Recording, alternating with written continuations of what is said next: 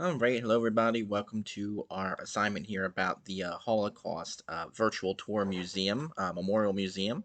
So when you go to the website here, you'll see the website pop up, and it's very easy to use. All you need to do is just scroll down through the page here, and you'll see there's different titles for things.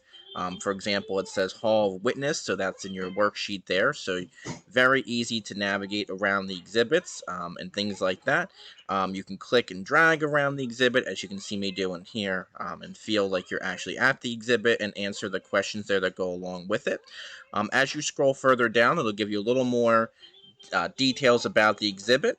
And then if you do click on the pictures here, it'll bring up another link. I'm not going to do that here because it'll take me off my video. But if you click on these pictures here, it will show you more information about that picture and explain some of the quotes and things like that you'll see here.